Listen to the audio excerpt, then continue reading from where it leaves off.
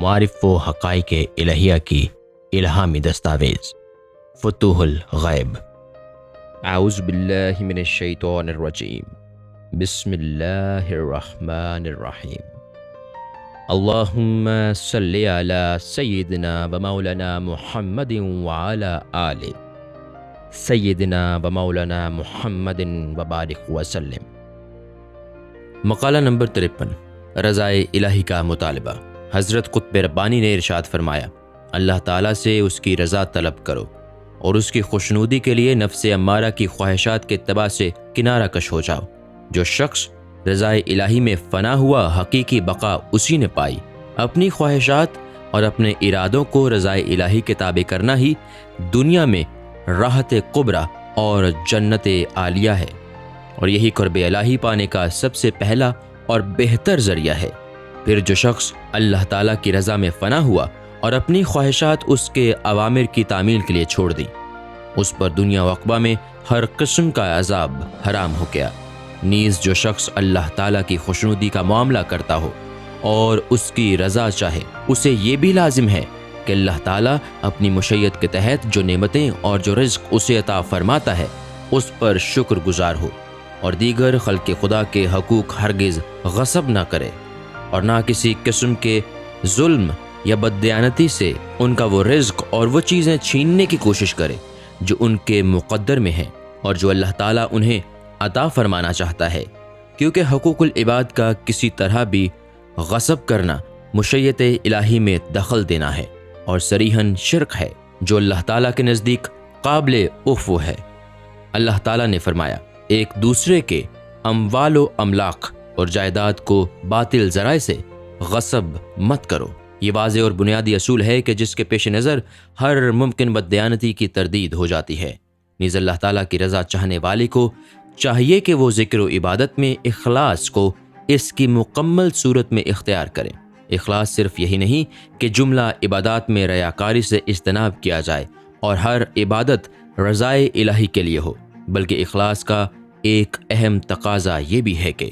کوئی عبادت بھی خواہ وہ فرائض کی حیثیت رکھتی ہو یا نوافل کی، بجا لاتے وقت اللہ تعالیٰ سے اجر و ثواب یا معاوضہ کی خواہش نہ رکھے، بلکہ عبادت کا مقصد صرف رضائے الہی اور اطاعت احکام الہی ہو۔ جب اہل اللہ اور اولیاء و صوفیاء نے توحید کی حقیقت و ماہیت کو پا لیا ہے، وہ ہر ایسی عبادت کو شرک سمجھتے ہیں جو اللہ تعالیٰ سے معاوضہ و اجر کی نیت کے ساتھ بجا لائی جائے۔ ذکر و عبادت اور اتباع احکام کے لیے اجر و ثواب عطا فرمانا اللہ تعالیٰ کے لطف و کرم اور بذل و عطا کا تقاضا ہے۔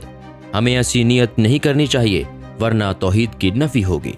تمام عبادات اللہ کی جانب سے ہیں، اور اگر ہم وہ عبادات بجا لاتے ہیں اور اس کے احکام کی تعمیل کرتے ہیں تو وہ بھی سراسر اس کی توفیق اور تائید و نصرت سے تعمیل و اوامر کے لیے جو صحت و قوت اور ہمت و توفیق درکار ہے وہ بھی اسی کی عطا کردہ ہے۔ پس عبادات کے لیے اجر و جزا طلب کرنے سے بہتر یہ ہے کہ بندہ زیادہ سے زیادہ حمد و شکر بجا لائے تاکہ اللہ تعالیٰ کی جانب سے نعمتوں میں اضافہ ہو اور وہ دنیا و عقبہ میں سعادت و برکات کا موجب ہوں۔ پس اگر تو رضائے الہی کا خواستگار ہے اور اللہ تعالیٰ کا مغضوب و معتوب نہیں ہونا چاہتا تو لوگوں کے قدرتی حقوق کو کسی بھی ذریعہ سے غصب مت کر، کیونکہ جو لوگ اللہ تعالیٰ کے دیے رزق پر شکر گزار نہ ہوتے ہوئے دوسروں کے حقوق ظلم و تعدی سے غصب کرتے ہیں، وہ دونوں جہاں میں ذلت و خسارہ پانے والے ہیں۔ نیز ایسے غاصب لوگوں کی وہ تمام نیکیاں جو انہوں نے کی ہوں گی بالکل ضائع کر دی جائیں گی۔ یہ بدترین مخلوق ہیں اور حسب کلام اللہ انہی کو ظالم و جاہل قرار دیا گیا ہے، جو عقل و بصیرت سے بالکل عاری ہیں۔ اگر وہ اللہ تعالیٰ کی عطا کردہ نعمتوں پر رضامند ہیں، اس کا شکر بجا لائیں اور دیگر خلق خدا کے حقوق ناجائز طور پر غصب نہ کریں تو یقیناً حسب آیہ شریفہ لمن شکرتم لازیدنکم ان کے رزق میں بہت اضافہ کیا جاتا اور ان کی مرادیں قبول کی جاتی۔ اللہ تعالیٰ ہمیں اور تمہیں ان لوگوں میں سے کرتے جنہوں نے ذکر و اطاعت سے رضائے الہی کا مطالبہ کیا، اللہ تعالیٰ کے عطا کردہ رزق پر شکر گزار ہوئے اور حسب شریعت اپنے حفظ مال کے لیے اللہ کی توفیق و نصرت کے خواستگار ہوئے۔